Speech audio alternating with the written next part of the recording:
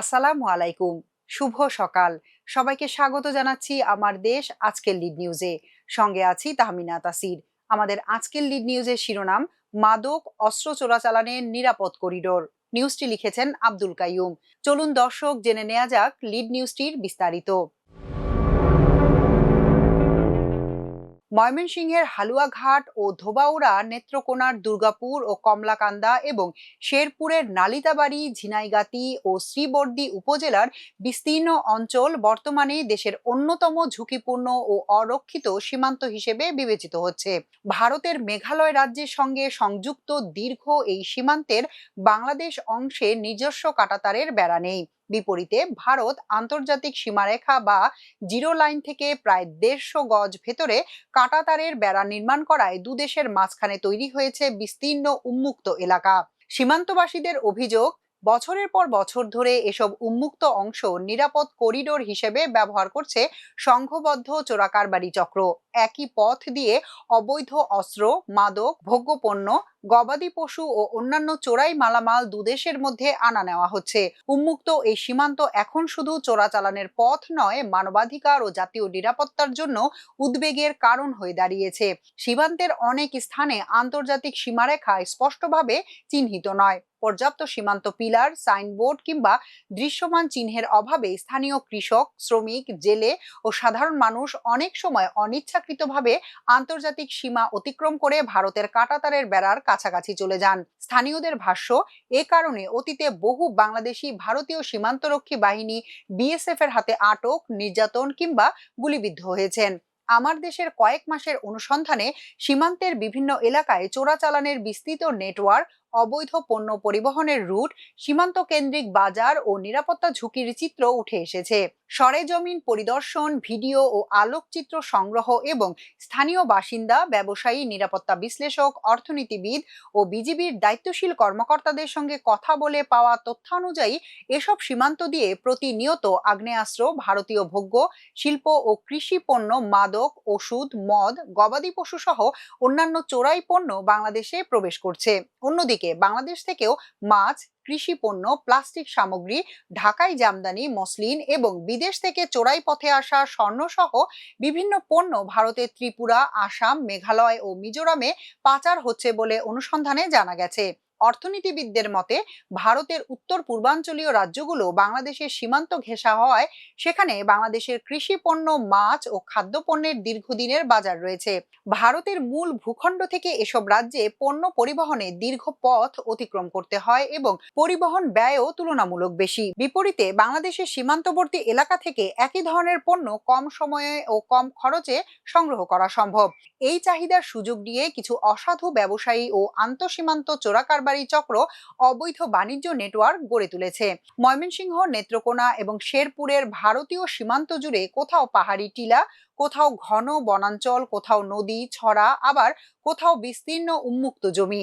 দুর্গম ভূপ্রকৃতি এবং বাংলাদেশের নিজস্ব কাঁটাতারের বেড়া না থাকায় পুরো সীমান্তে সার্বক্ষণিক নজরদারি কঠিন হয়ে পড়েছে। সীমান্তবাসীদের ভাষ্য, দিনের তুলনায় গভীর রাতে এসব পথে অবৈধ যাতায়াত বেশি হয়। স্থানীয়দের অভিযোগ, সংঘবদ্ধ চোরাকারবারীরা ছোট ছোট দলে বিভক্ত হয়ে পাহাড়ি পথ, নদীপথ, কালভার্ট, ঝোপঝাড় ও উন্মুক্ত সীমান্ত ব্যবহার করে নিয়মিত পণ্য আনা নেওয়া করে। অনুসন্ধানে জানা গেছে, ময়মনসিংহের হালুয়াঘাটের বিলডোরা ইউনিয়ন, ধোবাউড়া সীমান্ত, নেত্রকোনার দুর্গাপুর ও কমলাকান্দা সীমান্ত, শেরপুরের নালিতাবাড়ি, ঝিনাইগাতি ও শ্রীবর্দী উপজেলার গারো পাহাড় সংলগ্ন সীমান্ত সহ বিভিন্ন এলাকা দ্বিমুখী অবৈধ বাণিজ্যের গুরুত্বপূর্ণ করিডোরে পরিণত হয়েছে। স্থানীয়দের মতে, এসব পথ দিয়ে ভারত থেকে ভোগ্যপণ্য, মাদক, বিদেশি মদ, ওষুধ সহ বিভিন্ন পণ্য বাংলাদেশে প্রবেশ করছে। একইভাবে বাংলাদেশ থেকেও মাছ, কৃষি ও খাদ্যপণ্য, সুপারি, প্লাস্টিক সামগ্রী ও তৈরি পোশাক সহ বিভিন্ন পণ্য ভারতের মেঘালয়ে পাঠানো হচ্ছে। স্থানীয়রা জানান, দুর্গাপুরের সোমেশ্বরী নদী পার হলেই ভারতের বাঘমারা এলাকা। নদীপথ ও সংলগ্ন উন্মুক্ত সীমান্ত ব্যবহার করে একদিকে যেমন ভারতীয় পণ্য বাংলাদেশে প্রবেশ করছে, অন্যদিকে বাংলাদেশি বিভিন্ন পণ্য অবৈধভাবে ভারতে যাচ্ছে। আসলে আমাদের বর্তমান ব্যবসার পরিস্থিতি অবস্থা খুবই খারাপ। তার প্রধান উদ্দেশ্য হচ্ছে এই আমাদের এই যে বর্ডার এলাকা থেকে অনেক প্রকার যে ইন্ডিয়ান কসমেটিক্স, চিনি, জিরা এইসব পণ্য এদিকে দেদারচে আমদানি হচ্ছে। তার কারণে আমাদের ব্যবসা বাণিজ্যের অবস্থা খুবই খারাপ। আমি আশা করি খুবই দ্রুত এইগুলা মানে চোরাচালান বন্ধ হবে, তাহলে আমাদের দেশের অর্থনীতিও এগিয়ে যাবে এবং বাংলাদেশ সরকার যে ট্যাক্স যে ফাঁকি হচ্ছে, ট্যাক্স ফাঁকি থেকেও বাংলাদেশ সরকার অনেক টাকা আমদানি করতে পারবে।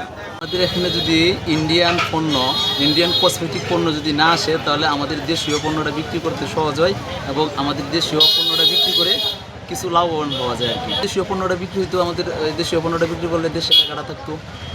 ইন্ডিয়ান এই চোরাই পথে পণ্যটা আসার কারণে আমাদের এই দেশীয় পণ্যটা বিক্রি করতে প্রভাব পড়ে। আমার দেশের অনুসন্ধানে সীমান্ত ব্যবহার করে বিদেশি পিস্তল, রিভলভার, সাবমেশিন গান, AK-22, AK-47 সহ বিভিন্ন অস্ত্র, আগ্নেয়াস্ত্রের বিভিন্ন যন্ত্রাংশ, ম্যাগজিন, বিভিন্ন ক্যালিবারের গুলি, কার্তুজ ও অস্ত্র তৈরির সরঞ্জাম চোরাই পথে বাংলাদেশে আনার অভিযোগ পাওয়া গেছে। বিস্ফোরক তৈরিতেও ব্যবহৃত কিছু নিষিদ্ধ উপকরণও এই পথে আসছে। একই সীমান্ত পথে ফ্যান্সিডিল, ইয়াবা, বিদেশি মদ, জাল মুদ্রা, গরু, সীমান্ত এলাকায় চলাচলে ব্যবহৃত অবৈধ মোটরসাইকেল এবং অন্যান্য নিষিদ্ধ সামগ্রী প্রবেশ করছে।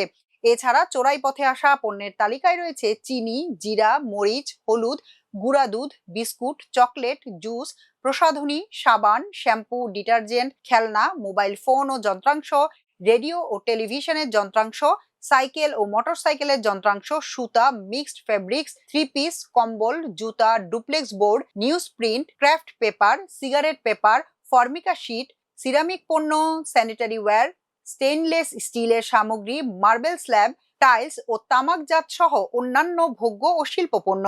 সীমান্ত দিয়ে ভারতীয় চিনি, প্রেসক্রিপশন ওষুধ এবং নেশাজাতীয় কাশির সিরাপও অবৈধভাবে দেশে প্রবেশ করছে বলে অনুসন্ধানে জানা গেছে।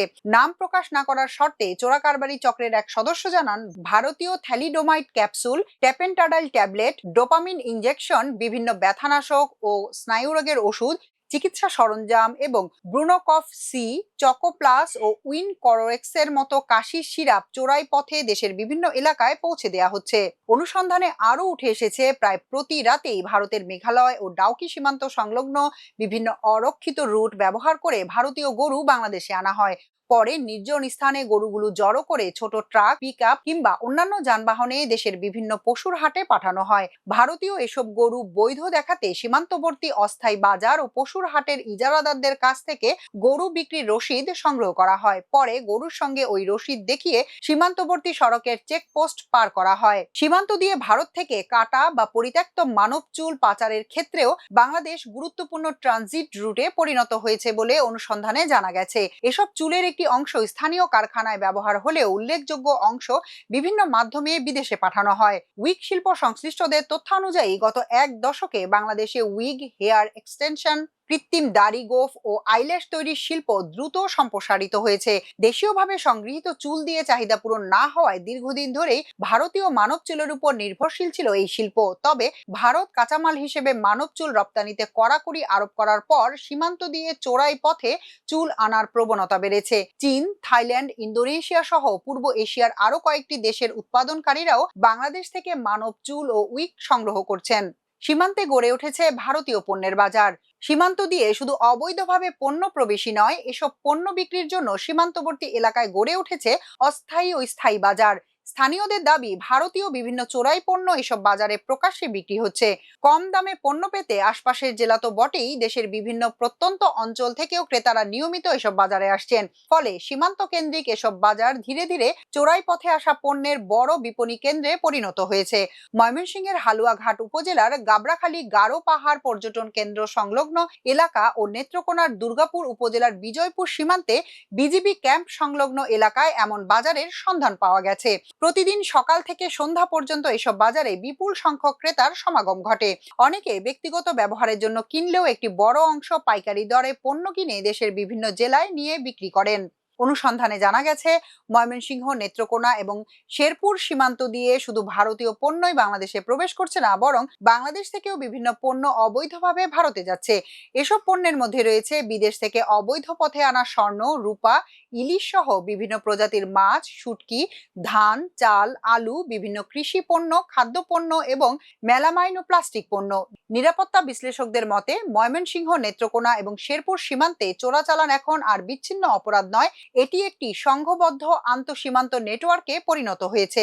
এই নেটওয়ার্কের মাধ্যমে একদিকে যেমন ভারতীয় পণ্য বাংলাদেশে প্রবেশ করছে, অন্যদিকে বাংলাদেশ থেকেও বিভিন্ন পণ্য ভারতে যাচ্ছে। এর ফলে শুধু রাজস্ব হারানো নয়, জাতীয় নিরাপত্তা, সীমান্ত ব্যবস্থাপনা, বৈদেশিক মুদ্রা, দেশীয় শিল্প ও আইন শৃঙ্খলা পরিস্থিতির ওপরও বহুমাত্রিক প্রভাব পড়ছে। নিরাপত্তা বিশ্লেষক অবসরপ্রাপ্ত brigadier general HRM Rokonuddin PSC বলেন, গত 17 বছরে বাংলাদেশ ভারত সীমান্ত ব্যবস্থাপনায় ভারতের একতরফা প্রভাব উল্লেখযোগ্যভাবে বেড়েছে।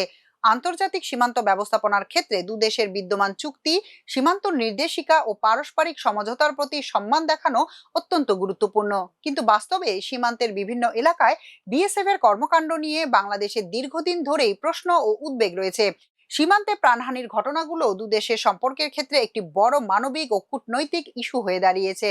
তার মতে, সীমান্তে আধুনিক নজরদারি প্রযুক্তি, ড্রোন ও ইলেকট্রনিক পর্যবেক্ষণ ব্যবস্থা চালু, ঝুঁকিপূর্ণ এলাকায় অবকাঠামো উন্নয়ন, বিজিবির সক্ষমতা বৃদ্ধি এবং দুদেশের মধ্যে কার্যকর কূটনৈতিক সংলাপ জোরদার করা প্রয়োজন। একই সঙ্গে সীমান্তে সংঘটিত গুরুতর ঘটনার নিরপেক্ষ তদন্ত ও আন্তর্জাতিকভাবে স্বীকৃত মানবাধিকার ও সীমান্ত ব্যবস্থাপনার নীতিমালা অনুসরণ নিশ্চিত করা জরুরি। রাষ্ট্রবিজ্ঞানী অধ্যাপক ডক্টর দিলারা চৌধুরী বলেন, সীমান্তে অনিয়ন্ত্রিত চোরাচালান শুধু অর্থনৈতিক ক্ষতির বিষয় নয়, এটি রাষ্ট্রের সার্বভৌমত্ব, বাজার ব্যবস্থা ও সামাজিক স্থিতিশীলতার সঙ্গেও সম্পর্কিত। অবৈধভাবে বিদেশি পণ্য বাজারে প্রবেশ করলে দেশীয় শিল্প প্রতিষ্ঠান অসম প্রতিযোগিতার মুখে পড়ে। এতে স্থানীয় উৎপাদন, নতুন বিনিয়োগ, ক্ষুদ্র ও মাঝারি উদ্যোক্তা ও কর্মসংস্থান ক্ষতিগ্রস্ত হতে পারে। একই সঙ্গে মাদক ও অবৈধ পণ্যের বিস্তার তরুণ সমাজ ও আইন শৃঙ্খলার জন্য উদ্বেগজনক। সীমান্তে কার্যকর নজরদারি, আধুনিক প্রযুক্তির ব্যবহার এবং চোরাচালান প্রতিরোধে কঠোর আইনের প্রয়োগের মাধ্যমে এ সমস্যা মোকাবেলা করা প্রয়োজন। বর্ডার গার্ড বাংলাদেশ বিজিবির ময়মনসিংহ সেক্টর কমান্ডার কর্নেল সরকার মোহাম্মদ মুস্তাফিজুর রহমানের সঙ্গে যোগাযোগ করা হলে তিনি এ ব্যাপারে সংশ্লিষ্ট ব্যাটালিয়নের অধিনায়কের সঙ্গে যোগাযোগের পরামর্শ দেন। ময়মনসিংহ 39 বিজিবি ব্যাটালিয়নের অধিনায়ক লেফটেন্যান্ট কর্নেল নুরুল আজম বাইজিদ বলেন, তার দায়িত্বাধীন প্রায় 80 কিলোমিটার সীমান্ত রয়েছে। এ সীমান্তে বিশেষ করে বিদেশি মদ ও টেপেন্টাডল ট্যাবলেট চোরাচালানের প্রবণতা রয়েছে। সম্প্রতি কয়েকটি সফল অভিযানের পর টেপেন্টাডল চোরাচালান কিছুটা কমেছে বলেও জানান তিনি। সীমান্তে জনবল বৃদ্ধি এবং আধুনিক নজরদারি ব্যবস্থা জোরদার করা গেলে চোরাচালান আরো কার্যকরভাবে নিয়ন্ত্রণ করা সম্ভব হবে। নেত্রকোনা 31 বিজিবি ব্যাটালিয়নের অধিনায়ক লেফটেন্যান্ট কর্নেল তৌহিদুল বারী বলেন, তার দায়িত্বাধীন প্রায় 90 কিলোমিটার সীমান্তের বড় অংশই দুর্গম ও উন্মুক্ত। সীমিত জনবল নিয়ে পুরো সীমান্তে সার্বক্ষণিক নজরদারি করা কঠিন। এ সুযোগে চোরা কারবারিরা বিভিন্ন বিকল্প রুট ব্যবহার করে অবৈধভাবে পণ্য আনা নেওয়ার চেষ্টা করে। এখনকার মতো এ পর্যন্তই। সবাই ভালো থাকুন, সুস্থ থাকুন আমার দেশের সঙ্গে। চ্যানেলটি ভালো লাগলে সাবস্ক্রাইব করুন। আল্লাহ হাফেজ।